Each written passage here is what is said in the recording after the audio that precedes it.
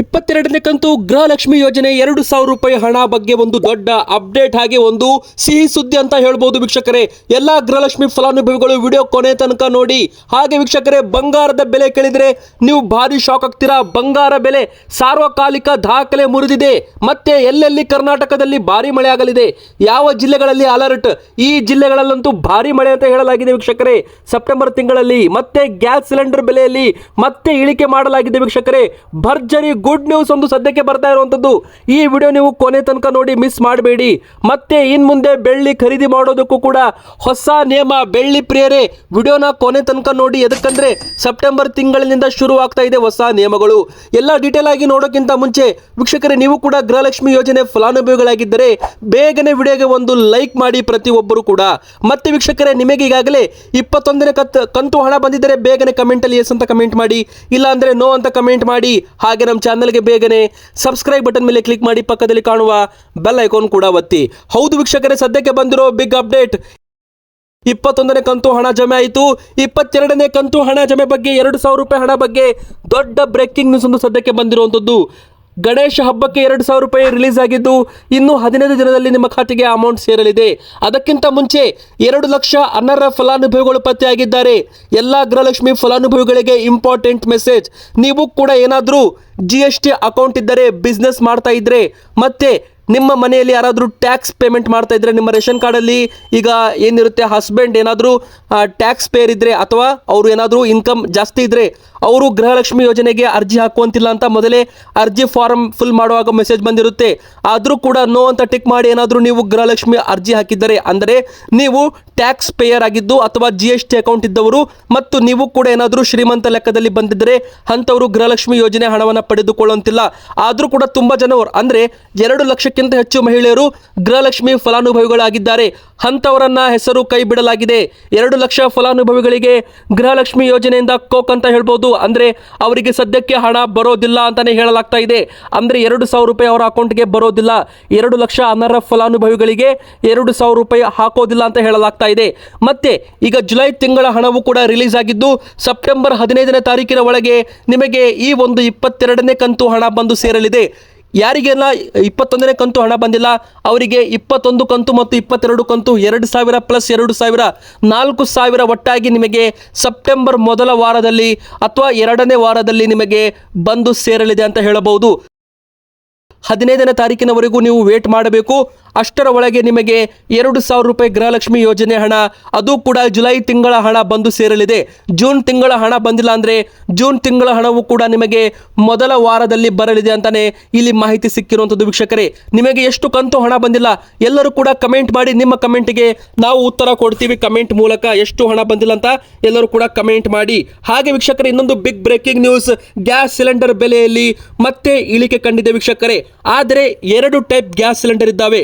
ಒಂದು ವಾಣಿಜ್ಯ gas cylinder, ಇನ್ನೊಂದು ಬಂದು ಮನೆಗೆ ಬಳಸುವ ಗೃಹ ಬಳಕೆಯ ಗ್ಯಾಸ್ ಸಿಲಿಂಡರ್. ಮೊದಲಿಗೆ ಹೇಳೋದಾದ್ರೆ ವಾಣಿಜ್ಯ ಗ್ಯಾಸ್ ಬೆಲೆ ಸೆಪ್ಟೆಂಬರ್ 1ನೇ ತಾರೀಕಿಗೆ ಇಳಿಕೆ ಮಾಡಲಾಗಿದೆ. 51 ರೂಪಾಯಿ 50 ಪೈಸೆ ಗ್ಯಾಸ್ ಸಿಲಿಂಡರ್ ಬೆಲೆಯಲ್ಲಿ, ವಾಣಿಜ್ಯ ಗ್ಯಾಸ್ ಸಿಲಿಂಡರ್ ಬೆಲೆಯಲ್ಲಿ ಇಳಿಕೆ ಮಾಡಲಾಗಿದೆ.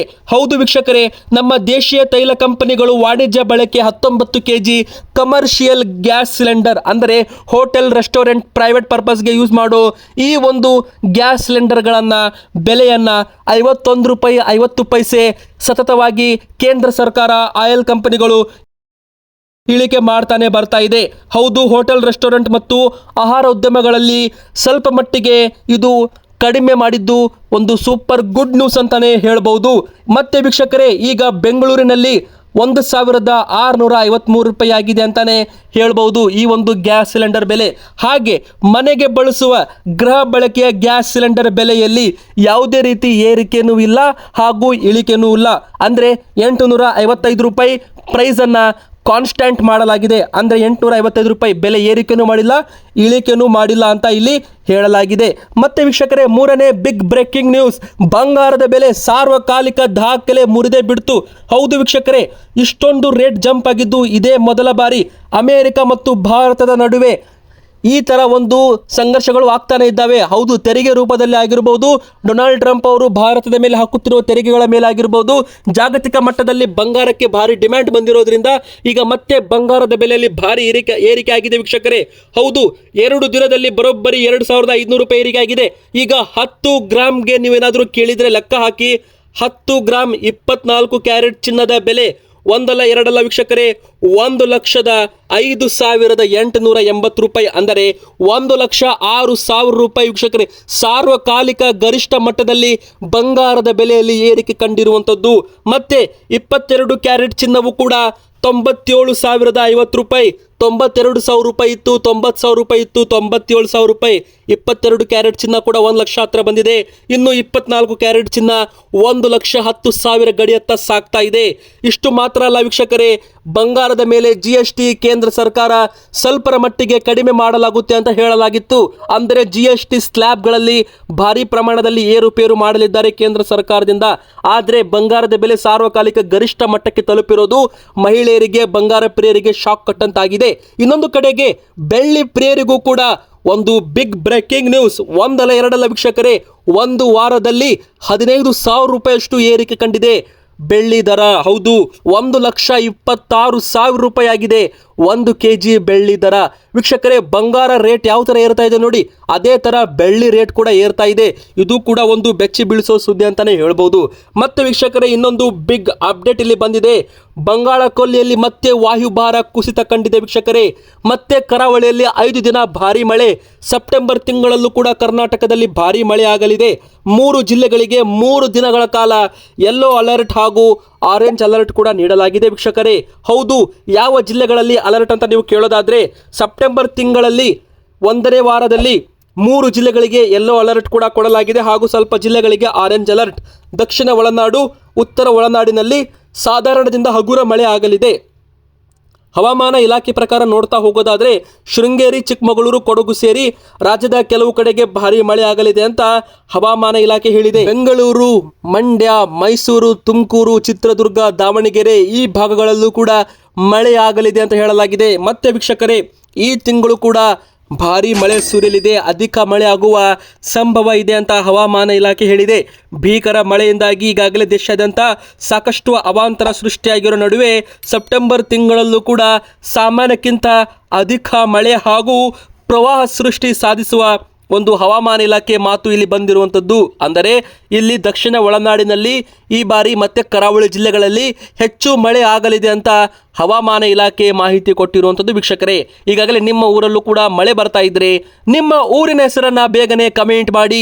ಹಾಗೆ ವೀಕ್ಷಕರೇ, ನಿಮ್ಮ ಒಂದು ಊರಲ್ಲೂ ಕೂಡ ಮಳೆ ಬರ್ತಾ ಇದ್ರೆ ನಿಮ್ಮ ಊರಿನ ಹೆಸರನ್ನ ಕಮೆಂಟ್ ಮಾಡ್ತಾ ವಿಡಿಯೋಗೆ ಲೈಕ್ ಕೂಡ ಮಾಡಿ. ಇನ್ನು ಉತ್ತರ ಒಳನಾಡಿನ ಭಾಗಗಳಲ್ಲಿ ಸಾಧಾರಣ ಮಳೆ ಸುರಿಯಲಿದೆ. ಅಂದರೆ ಉತ್ತರ ಕರ್ನಾಟಕ ಭಾಗ ಅಂದರೆ ಬೀದರಿಂದ ಹಿಡಿದು ರಾಯಚೂರು, ಹಾಗೆ ಹುಬ್ಬಳ್ಳಿ, ಧಾರವಾಡ, ಗದಗ, ಬಾಗಲಕೋಟೆ, ಹಾವೇರಿ, ಹಾಸನ ಈ ಕಡೆಗಳಲ್ಲಿ ಸ್ವಲ್ಪ ಮಟ್ಟಿಗೆ ಮಳೆ ಪ್ರಮಾಣ ಕಡಿಮೆ ಆಗಲಿದೆ. ಮತ್ತೆ ವೀಕ್ಷಕರೇ, ಇನ್ನೊಂದು ಬಿಗ್ ಬ್ರೇಕಿಂಗ್ ನ್ಯೂಸ್. ಸೆಪ್ಟೆಂಬರ್ ತಿಂಗಳಲ್ಲಿ ಇದೆ GST ಕೌನ್ಸಿಲಿಂಗ್ ಸಭೆ.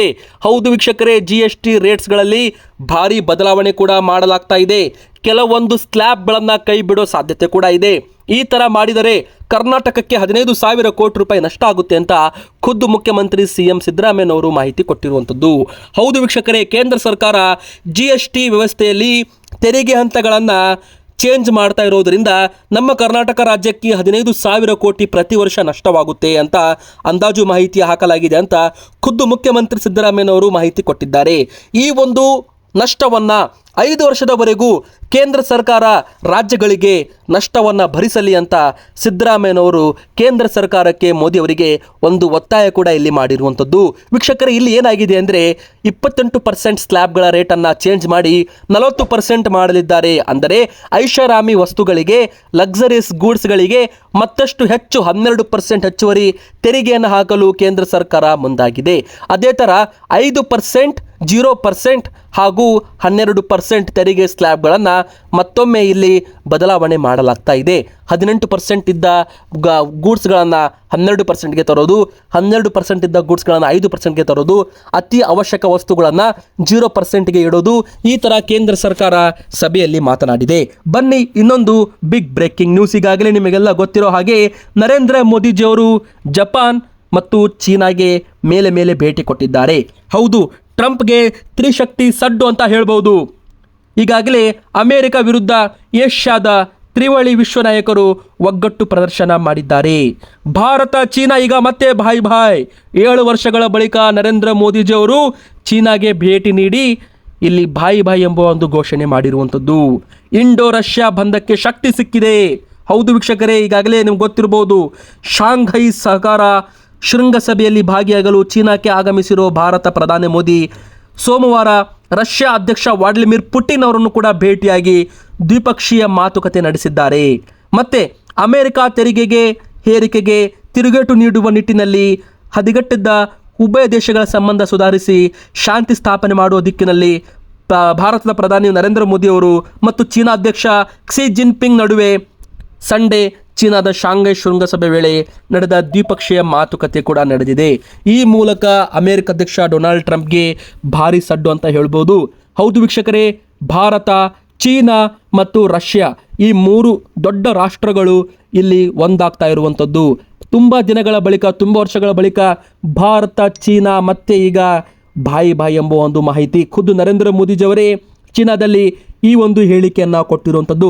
ಹೀಗಾಗಿ ಭಾರತ ಮತ್ತು ಚೀನಾ ನಡುವೆ ಮತ್ತೆ ಈಗ ವ್ಯಾಪಾರ ವಹಿವಾಟು ಸುಗಮವಾಗಿ ನಡೆಯುತ್ತೆ. ಡೈರೆಕ್ಟ್ ಫ್ಲೈಟ್ ಕೂಡ ಶುರುವಾಗುತ್ತೆ. ಕೊರೋನಾ ಬಳಿಕ ಫ್ಲೈಟ್ಗಳು ಬಂದಾಗಿದ್ದು ಈಗ ಮತ್ತೆ ಶುರು ಆಗ್ತಾ ಇರುವಂಥದ್ದು ವೀಕ್ಷಕರೇ. ಈ ಮೂಲಕ ಇದು ಅಮೆರಿಕ ಅಧ್ಯಕ್ಷ ಡೊನಾಲ್ಡ್ ಟ್ರಂಪ್ಗೆ ಭಾರಿ ಶಾಕ್ ಕೊಟ್ಟಂತಾಗಿದೆ. ಭಾರತದ ಮೇಲೆ ವಿಧಿಸಿದ್ದ 50% ತೆರಿಗೆಗೆ ನರೇಂದ್ರ ಮೋದಿಜಿಯವರು ಖುದ್ದು ರಷ್ಯಾ ಅಧ್ಯಕ್ಷರನ್ನ ಭೇಟಿ ಮಾಡಿ 45 ಗಂಟೆಗಳ ಕಾಲ ಚರ್ಚೆಯನ್ನ ಮಾಡಿದ್ದಾರೆ. ಹೌದು ವೀಕ್ಷಕರೇ, ಇದು ಕೂಡ ಒಂದು ಇಂಪಾರ್ಟೆಂಟ್ ಅಪ್ಡೇಟ್. ಇದೆಲ್ಲ ನೋಡ್ತಾ ಇದ್ದ ಅಮೆರಿಕ ಅಧ್ಯಕ್ಷ ಡೊನಾಲ್ಡ್ ಟ್ರಂಪ್ಗೆ ಭಾರಿ ಶಾಕ್ ಕೊಟ್ಟಂತಾಗಿದೆ ಅಂತಾನೆ ಹೇಳ್ಬೋದು. ಇವತ್ತಿಗೆ ಇಷ್ಟ ಆಗಿತ್ತು. ನಿಮ್ಮ ಒಂದು ಅನಿಸಿಕೆ ಏನೇ ಇದ್ರೂ ಕೂಡ ಕಮೆಂಟಲ್ಲಿ ತಿಳಿಸಿ. ಹಾಗೆ ವಿಡಿಯೋಗೆ ನೀವು ಲೈಕ್ ಮಾಡಿಲ್ಲ ಅಂದರೆ ಬೇಗನೆ ವಿಡಿಯೋಗೆ ಲೈಕ್ ಮಾಡಿ. ಹಾಗೆ ನಮ್ಮ ಚಾನಲ್ಗೆ ಸಬ್ಸ್ಕ್ರೈಬ್ ಆಗಿಲ್ಲ ಅಂದರೆ ಕೆಂಪು ಕಲರ್ ಸಬ್ಸ್ಕ್ರೈಬ್ ಬಟನ್ ಕ್ಲಿಕ್ ಮಾಡಿ, ಪಕ್ಕದಲ್ಲಿ ಕಾಣಿಸೋ ಬೆಲ್ ಐಕಾನ್ ಒತ್ತಿ. ಥ್ಯಾಂಕ್ ಯು ಸೋ ಮಚ್ ಈ ವಿಡಿಯೋ ನೋಡಿದ್ದಕ್ಕಾಗಿ.